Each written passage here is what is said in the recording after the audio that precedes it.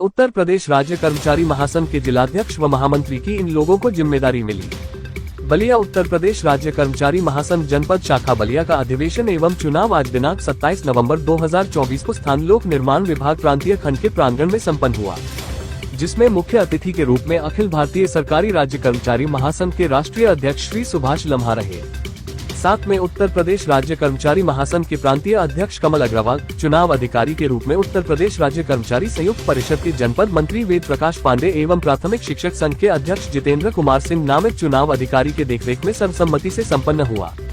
सर्वसम्मति से अध्यक्ष पद के लिए जयप्रकाश सिंह एवं महामंत्री पद पर राजेश कुमार रावत, कोषाध्यक्ष के पद पर मनोज प्रजापति एवं उपाध्यक्ष के पद पर अरुण कुमार, संदीप कुमार, चंदन पटेल एवं श्वेता मिश्रा, विजय कुमार वर्मा को प्रचार मंत्री के पद पर, रुपेश शर्मा, गुलाम अशरफ, संतोष कुमार को संयुक्त मंत्री के पद पर चुना गया।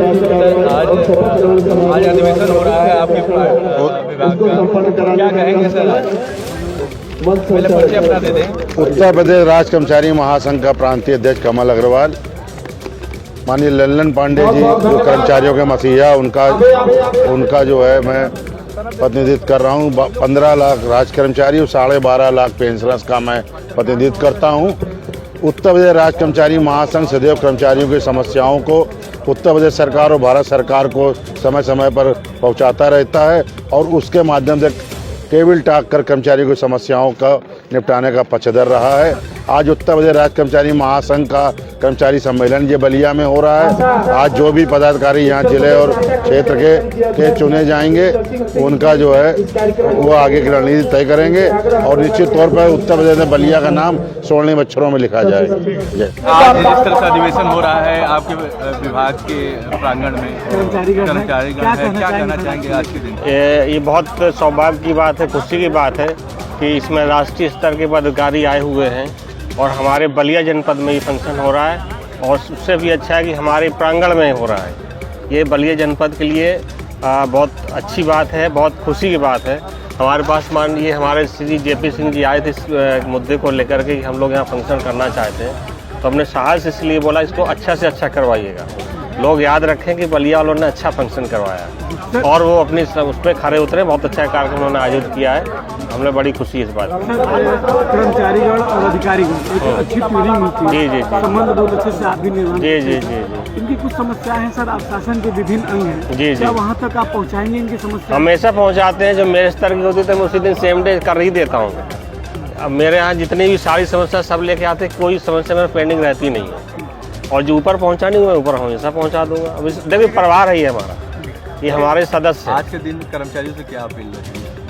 हमारी अपील ये है कि सब स्वाद से परिवार समझ के बात अपना कार्य करें और अपना जो भी हो अपने जो हमारा कर्तव्य है उसको करें। सबको करते हैं, मिलजुल करते हैं। बलिया में देखा मैंने कि लोग यहाँ कर्मठ बहुत हैं, अपने कर्तव्यों के प्रति और अपने अधिकारों के प्रति बड़े सजग रहते हैं। तो इसमें बहुत कहने की मुझे आवश्यकता नहीं, लोग सब लोग समझदार हैं। जी आज बलिया क्या कार्यक्रम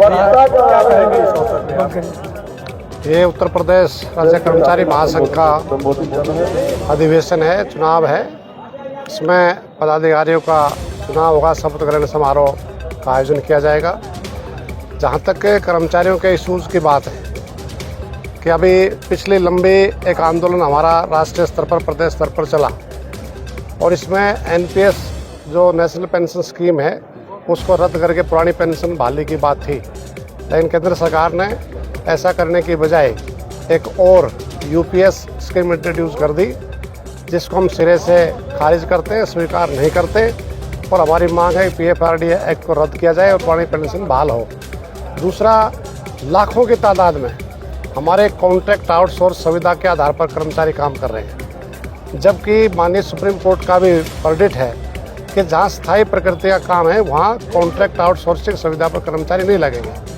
तो इसलिए हम मांग कर रहे हैं कि इन सब लोगों को पक्का किया जाए, नियमित किया जाए और समान काम समान वेतन दिया जाए। तीसरा, हमारा जो मेजर इशू है कि प्रदेश में, देश में, सेंट्रल स्टेट में मिला करके 1 करोड़ से ज़्यादा पोस्ट खाली पड़ी हुई है और बेरोजगारी चरम सीमा पर है, यूथ धक्के खा रहा है, पेपर लीक हो रहे हैं। तो इसलिए ये पेपर लीक की प्रथा बंद हो और 1 करोड़ से ज़्यादा पोस्टें जो खाली पड़ी हैं समयबद्ध इनको रेगुलर भर्ती से भरा जाए, बेरोजगारों को रोजगार दिया जाए। तीसरा, निजीकरण की मुहिम बहुत तेज़ कर दी है। आपने देखा हुआ कल ही बिजली का निजीकरण का एक प्रस्ताव यहाँ भी उत्तर प्रदेश में भी आया है। निश्चित तौर से हम ये जो निजीकरण की प्रक्रिया है इसकी निंदा करते हैं। सार्वजनिक क्षेत्र को मजबूत करके ही पब्लिक को बेटर सेवाएं दी जा सकती है, ये एक बार नहीं अनेकों बार प्रूव हो चुका है। इसके बावजूद भी कुछ लोगों को फायदा पहुंचाने के लिए मतलब इसका कर रहे हैं, निजीकरण कर रहे हैं। एक उदाहरण मैं आपको देना चाहता हूँ कि चंडीगढ़ में बता रहा हूँ, एक चंडीगढ़ में एक प्राइवेट कंपनी है जो पावर डिपार्टमेंट को प्राइवेट हाथों में दे रहे हैं। 25,000 करोड़ से ज़्यादा की परिसंपत्तियाँ हैं चंडीगढ़ पावर डिपार्टमेंट की, और मात्र 871 करोड़ रुपए में एक निजी कंपनी का हवाले दे रहे हैं। तो किस किस का कमीशन होगा उसमें? तो इसी तरीके से ये सारा कुछ खेल चल रहा है। पब्लिक की डिमांड नहीं है, मतलब स्टेक होल्डर के बिजली का कौन है? कर्मचारी है और कंज्यूमर है। ना कंज्यूमर की डिमांड है ना ही कर्मचारी डिमांड है, लेकिन इसके बावजूद कर रहे हैं किसकी डिमांड है, ये सब समझ में आता है जनता के। सरकार तो आउटसोर्सिंग पर नौकरी दे रही है, कह रही है कि मैं बहुत ज़्यादा नौकरी दे रही है। तो सरकार भी मतलब चीफ मिनिस्टर भी आउटसोर्सिंग में लग सकते हैं और भी पद लग सकते हैं। आउटसोर्सिंग पॉलिसी इतनी बढ़िया है तो इनसे कम खर्चे में आउटसोर्सिंग वाले चला सकते हैं। बात इसकी नहीं है, ये वेलफेयर स्टेट है, इसका कंसेप्ट क्लियर है। पब्लिक को सर्विसेज देनी है, नो प्रॉफिट नो लॉस में, वो दे नहीं रहे हैं।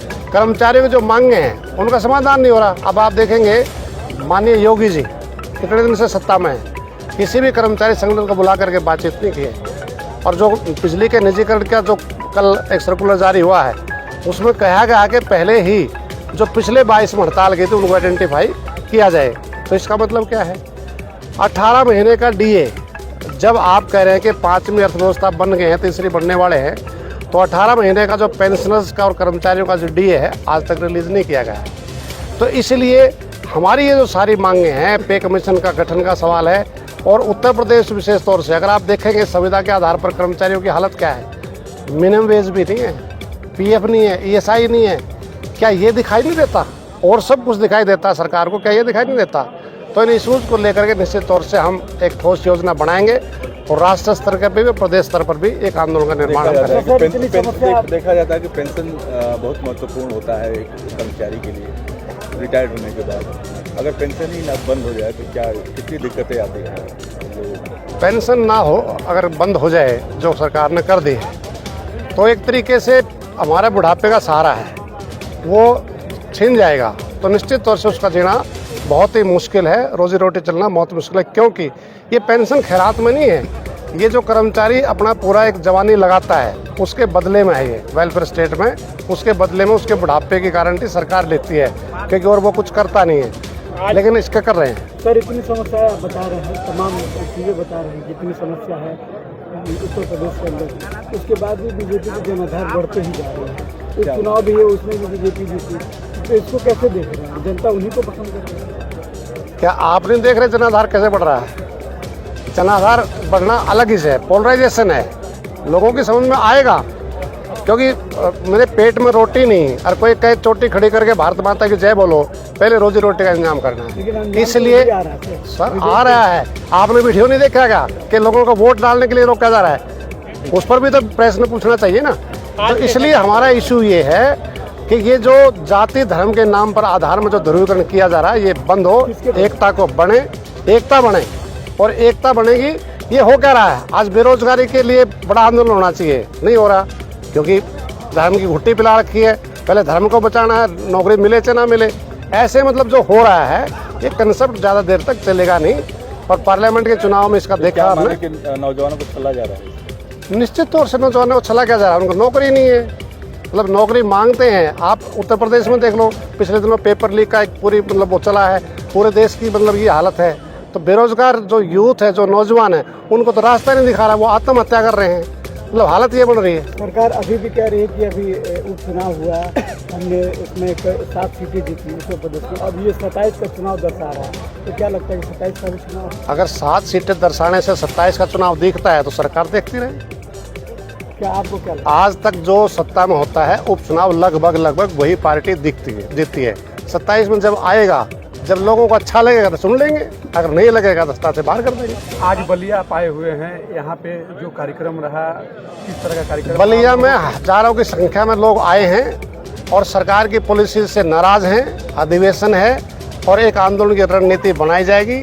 हम ये साफ तौर से कह रहे हैं कि उत्तर प्रदेश राज्य कर्मचारी महासंघ लगातार सरकार को मांग पत्र दे रही है, समन पत्र दे रही है, लेकिन बातचीत से आज तक मांगों का समाधान तो दूर, बातचीत करने के भी सरकार तैयार नहीं है। तो इसलिए यहाँ के कर्मचारियों के पास आंदोलन के सिवा कोई चारा नहीं है। Thank you sir.